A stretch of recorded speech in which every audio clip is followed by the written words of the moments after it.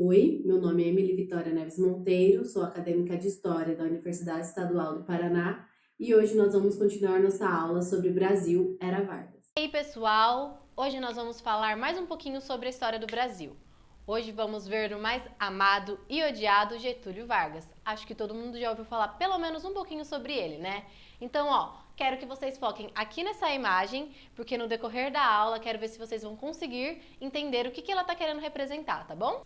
Bom, pessoal, então vamos falar um pouquinho sobre o Estado Novo. Lembrando, como a gente disse na última aula, Era Vargas começou em 1930 com um golpe, né? Esse golpe que foi um resultado do conflito entre as oligarquias da República Velha. Ele foi apoiado pelos militares, que eram os tenentistas, né?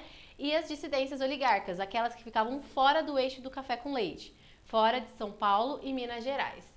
Mas o Estado Novo, ele começou apenas em 1937, então demorou um tempinho para que isso acontecesse, né? E ele também foi resultado de um outro golpe. Esse golpe aconteceu porque ia ter as eleições, mas Getúlio Vargas acreditava que a população não estava pronta para uma democracia. E dessa vez ele prorrogou o seu mandato, tendo assim o Estado Novo. Quais os feitos então desse Estado Novo? Ele fez uma coisa que nenhum presidente ainda tinha realizado no Brasil. Ele estava se preocupando com a população e tentando atender as reivindicações de todos os grupos. Então ele queria atender as reivindicações dos trabalhadores, da elite, ele queria atender a todos. Como que ele foi conseguir fazer isso, né?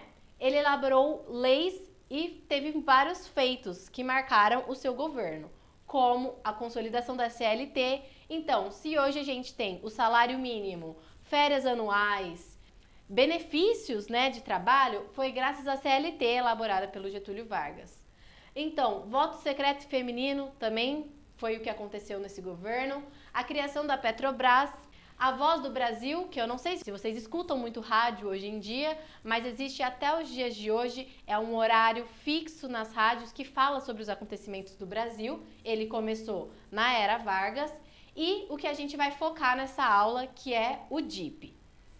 Bom, pessoal, então a gente vai focar nessa aula no papel da propaganda. O DIP era esse mecanismo que começou a existir na era Vargas, em que fazia com que as propagandas fossem muito fortes e tivessem um papel muito importante para influenciar a população. Essa, perdão, essa propaganda, ela tinha como intuito desenvolver imagens que ressaltassem Vargas como o pai dos pobres e o pai do povo. E é por isso que muitas imagens, como aquela que a gente viu no começo da aula, elas têm todo um significado. Então, elas tinham como interesse, né? Ressaltar a valorização do trabalho e também era responsável por controlar as músicas, imagens. Então, as músicas que eram feitas, né, no Estado Novo, que a gente tem que lembrar que foi um Estado que, sim, teve represárias, teve uma certa ditadura, né? Mas ele, por meio mesmo da propaganda, ele conseguiu com que a população, dessa mesma forma que tivesse essas repressões, queresse Getúlio Vargas e queresse ainda o governo dele. Tanto que quando ele saiu, né, porque vamos lembrar, como eu disse na aula passada, teve duas eras de Vargas. Quando ele saiu, a população queria que ele ficasse, mas isso daí a gente vai ver mais profundamente na aula que vem. Então agora a gente vai focar um pouco nas propagandas, tá bom? Então voltando com aquela imagem que eu mostrei no início da aula, por que será que o DIP fez essa imagem, né? Por que com crianças? Ninguém trabalha com crianças, né? Mas a gente tem que pensar que tudo isso tem um significado. Criança remete a algo puro, né? Então, você falar diretamente com crianças, você ser adorado pelas crianças como, né, dá pra ver que ele está sendo adorado pelas crianças, é como se a pátria inteira fosse te amar. Então, tinha esse significado. Como a gente vai ver mais pra frente, também tinha um significado de já educá-los para o trabalho. Ou seja, falar diretamente com as crianças, né, ter essas propagandas ligadas às crianças, quer dizer que desde a infância eles veriam o trabalho como uma forma de ser valorizada. Então, se você trabalha, você vai ter sucesso, você vai ser uma pessoa de bem. E era esse significado que o Vargas queria colocar na população brasileira naquela época. Vamos focar então nessa primeira propaganda aqui. O que vocês conseguem perceber de diferente?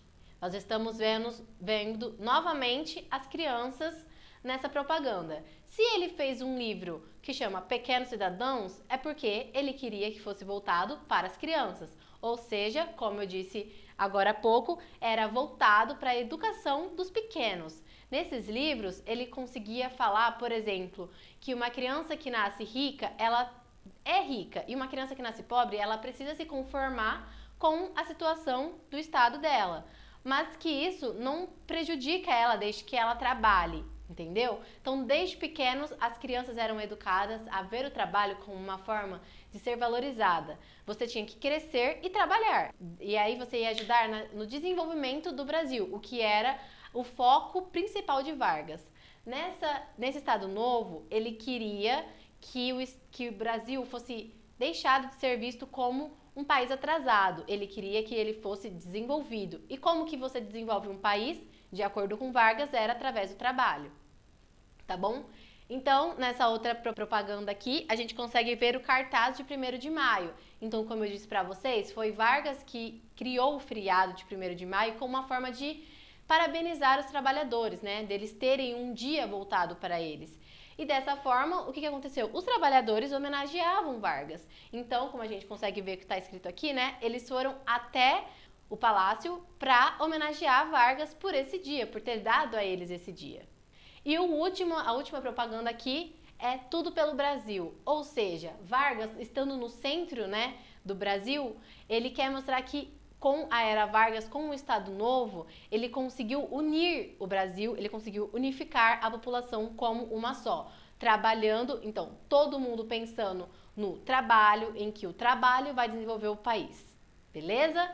Agora em que a gente entendeu como é que era criado e todo o significado em volta das propagandas, né, que tinha na Era Vargas, vamos fazer um contraponto com hoje, beleza? Será que hoje em dia as propagandas têm essa mesma... é forte como era antes? Será? Será que hoje em dia a internet não está muito mais voltada para influenciar em algo? Hoje em dia nós temos vários influencers, pessoas que você vê comprando alguma coisa e você quer comprar de volta. Isso é uma forma de propaganda. Se eles estão divulgando algo para vocês, isso vai influenciar vocês de algo, tá bom? Então, quando vocês estiverem lá no Instagram de vocês, no Facebook, nas redes sociais de vocês, olhando alguns influencers, né, como são chamados hoje em dia, ou qualquer pessoa que vocês acompanhem, comprando uma bolsa, por exemplo, vocês vão querer aquela bolsa. Dessa mesma forma, as propagandas são influenciadas não só pelo poder da compra, mas como um poder de influenciar uma ideologia. E é por isso que hoje muitos políticos usam das redes sociais para divulgar e difundir as suas políticas, né, e os seus interesses. E são dessa forma e que eles vão tentando influenciar as populações, principalmente os jovens hoje em dia, né, que são os que mais usam a internet, por exemplo, votar neles ou pensar negativo sobre algum deles. Então, a propaganda, ela tem esses dois intuitos, tanto um poder de compra como um poder de mudar a sua ideia ou influenciar a sua ideia para algo. Beleza? Então eu quero que vocês façam uma produção propagandista. Como isso, prof? Vocês vão produzir em uma folha sulfite, que eu vou disponibilizar para vocês, uma ideia que precisa ser convincente ao outro. Qualquer ideia. Ai, prof, eu acredito que a Netflix é a melhor rede de filmes. Então, vocês vão tentar convencer o seu amigo disso. Vocês vão tentar influenciar outras pessoas a pensar como você.